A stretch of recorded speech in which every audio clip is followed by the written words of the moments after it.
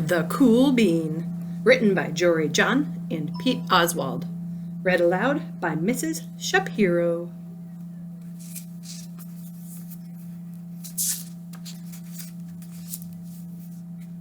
Look at all those beans.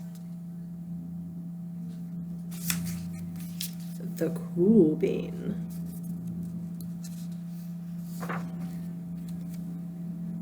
Watch out! Here come the cool beans. The cool beans.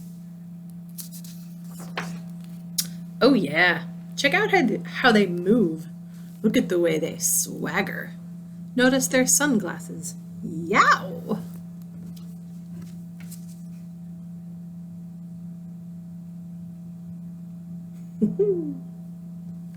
The cool beans are known all over school, from house to house, across town, beyond county lines.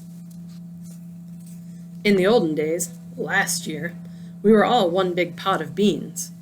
We were a mixed bag, but somehow it worked. Yep, those were the good old days. And then we stopped seeing each other as much. That's just how it is sometimes. You spend less time together, even though you're not totally sure why. I watched as the beans I knew so well, the beans from my own pod, became the cool beans. Oh, they were so cool. One of them could play the guitar. Cool. One of them could draw the best superheroes. Cool. One of them could jump higher than any bean I'd ever known. Cool. Me? Well, I mostly stayed the same. Sure, I made some small changes. I wore sunglasses. Too big. I slicked my hair back. Too slick. I strutted around. Ow. I swaggered. Oof. Oh, you tripped on a banana.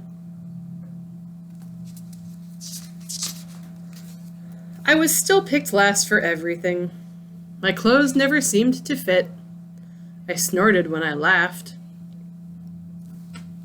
Honk! I walked into stuff. Whoomp! I was an uncool bean, for sure. I started thinking of myself as just a common bean with no special skills. I couldn't compete, so I didn't even try. I'd never be a cool bean. It seemed like there were two types of beans in the world. There were the cool beans, and the beans like me. Aww. The days all blended together. I lived my life, and things were just okay. I took tests and ate lunches, and mostly kept to myself. The cool beans continued being cool. I mean, sure, I missed them a bit, but it's not like I wasn't going to say anything. It's not like I was going to say anything. I felt like all that coolness had gotten in the way of our friendship, and that's how it went. Until one day. I was in the cafeteria. I dropped my lunch on my loafers. Oh no, not again. But then something sort of miraculous happened.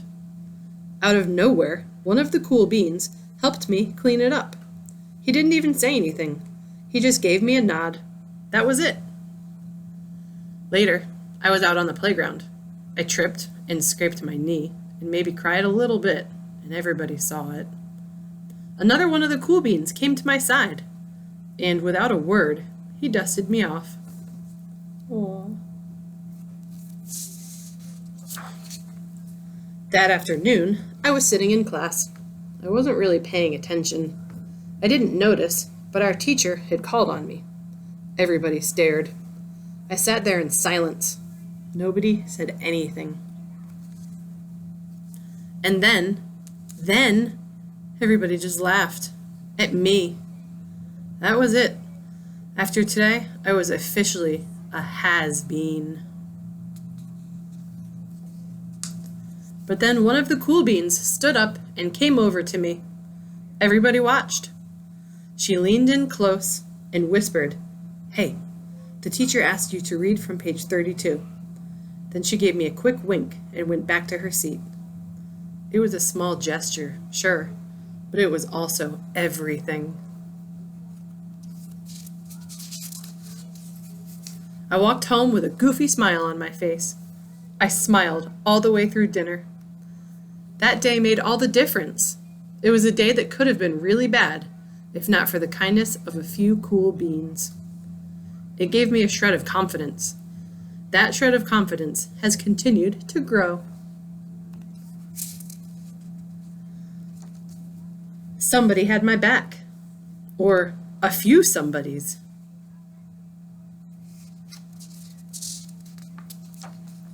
After that, I started hanging out with the cool beans again.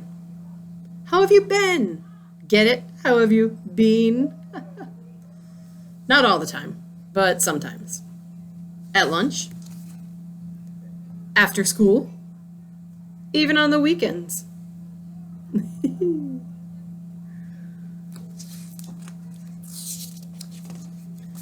Throughout all of this, I realized that it's not about how you look or any of that other silly stuff. It's about a wink or a nod or a smile at just the right moment. It's about dusting somebody off, helping them up again, and pointing them in the right direction. You need a hand? Yes, please. Now that's cool.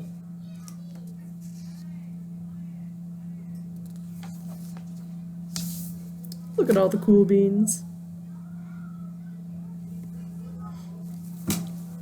The cool bean.